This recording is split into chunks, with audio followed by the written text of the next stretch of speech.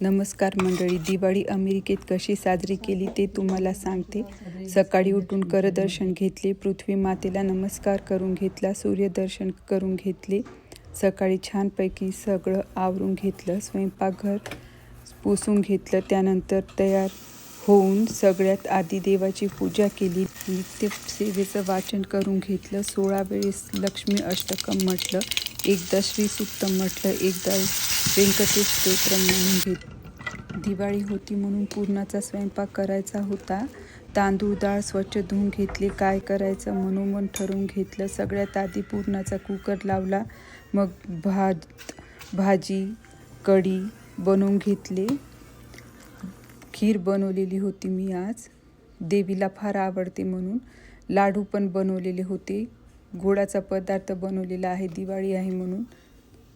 1 वाटी रवा, 1.5 वाटी बेसन पीठ, पातळ असं प्रमाण ठेवलं होतं मी. तूप जास्त टाकलं होतं बेसनामध्ये. 1 वाटी साखर, आणखी अर्धी वाटी पाणी असं प्रमाण घेऊन मी पाक बनवलेला आहे. पाक छान तयार झाला, एकतारी पाक बनवून रेडी झाला आहे. लाडू बनवून घेतलेले आहे मी.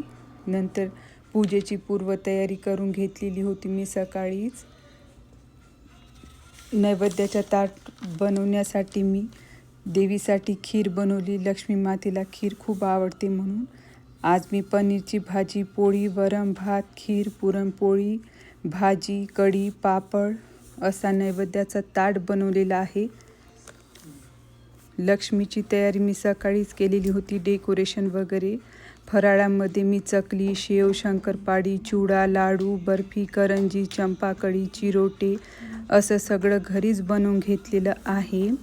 ड्रायफ्रूट पण ठेवलेले होते मी, धान्य पण ठेवलेले आहे. धान्य म्हणजेच लक्ष्मी मानल्या जाते, लक्ष्मीचं रूप आहे धान्य म्हणजे.